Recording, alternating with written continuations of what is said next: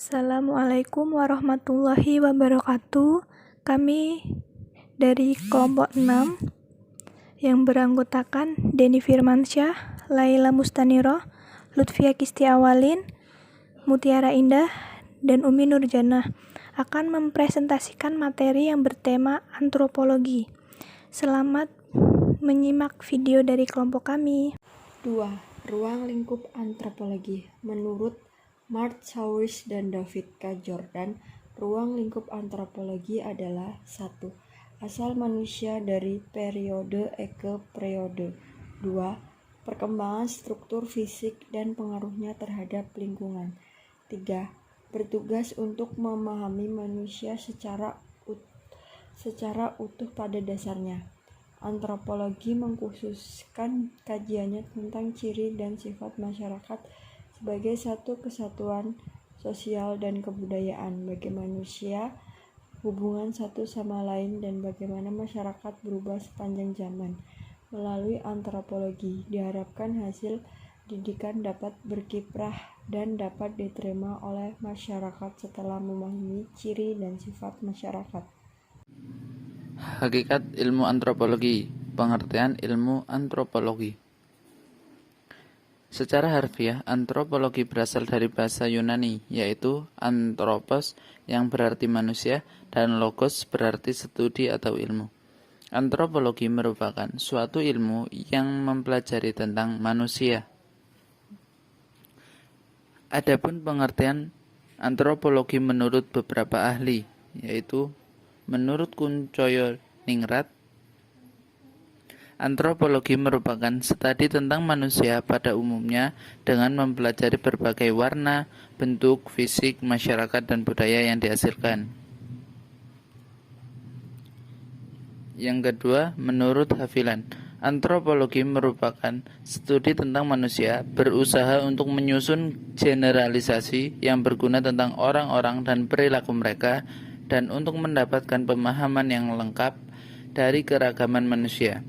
Jadi antropologi yaitu sebagai ilmu yang mempelajari tentang manusia baik dari segi budaya, perilaku maupun keanekaragaman, atau dengan kata lain ilmu tentang manusia, masa lalu dan kini, yang menggambarkan manusia melalui pengetahuan ilmu sosial, alam dan humaniora. Pendekatan ilmu antropologi. Yang pertama, pendekatan holistik. Pendekatan ini digunakan oleh para pakar antropologi apabila mereka sedang mempelajari kebudayaan suatu masyarakat. Yang kedua, pendekatan komparatif. Pendekatan komparatif merupakan pendekatan yang unik untuk mempelajari kebudayaan masyarakat yang belum mengenal baca tulis. Ketiga, pendekatan historik.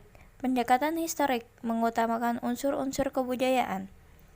Para ilmuwan antropologi tertarik pada historik dari unsur-unsur kebudayaan dan setelah itu tertarik pada unsur kebudayaan yang unik dan khusus. Tujuan dan manfaat ilmu antropologi. Tujuannya adalah: yang pertama, mendeskripsikan selengkap mungkin tata cara kehidupan kelompok manusia dari berbagai sudut belahan bumi pada setiap periode dan karakter fisik manusia yang hidup pada kelompok itu. Yang kedua, memahami manusia sebagai kelompok tertentu secara keseluruhan. Yang ketiga, untuk menemukan prinsip-prinsip umum tentang gaya hidup manusia serta bagaimana gaya hidup itu terbentuk. Berikutnya, ada manfaat mempelajari ilmu antropologi, yaitu yang pertama, dapat mengetahui pola perilaku manusia dalam kehidupan bermasyarakat secara universal maupun perilaku manusia pada tiap-tiap masyarakat. Yang kedua, dapat mengetahui kedudukan serta peran yang harus dilakukan sesuai dengan harapan warga masyarakat dari kedudukan yang disandang. Yang ketiga, akan memperluas wawasan terhadap tata pergaulan umat manusia di seluruh dunia yang mempunyai kekhususan yang sesuai dengan karakteristik daerahnya, sehingga menimbulkan toleransi yang tinggi. Yang keempat, dapat mengetahui berbagai macam problema dalam masyarakat, baik yang menyenangkan serta mampu mengambil inisiatif terhadap pemecahan permasalahan yang muncul dalam lingkungan masyarakatnya. Yang selanjutnya yaitu C. Hubungan ilmu antropologi dengan ilmu sosial lainnya. 1. Hubungan ilmu antropologi dengan ilmu sosiologi. Antropologi dengan sosiologi memiliki kesamaan, yaitu sama-sama mempelajari tentang manusia. Sosiologi sendiri ini berorientasi pada orang yang hidup di dalam masyarakat modern, sehingga teori-teori pada ilmu sosiologi ini cenderung mengarah kepada perilaku kebudayaan tertentu. Sedangkan antropologi budayanya berusaha mengurangi masalah-masalah keterikatan teori dengan kebudayaan tertentu dengan cara mempelajari seluruh manusia dan tidak membatasi diri kepada bangsa-bangsa barat. Yang kedua, hubungan antropologi dengan ilmu psikologi. Dalam psikologi, hakikatnya mempelajari perilaku manusia dan proses mentalnya. Psikologi membahas faktor penyebab perilaku manusia secara internal, sedangkan antropologi, khususnya antropologi budaya, lebih bersifat kepada faktor eksternal. Nah, kedua unsur tersebut saling berinteraksi satu sama yang lain, yang kemudian menghasilkan suatu kebudayaan melalui proses belajar. Dengan demikian, keduanya memerlukan interaksi yang intens untuk memahami pola-pola budaya masyarakat tertentu dengan bijak.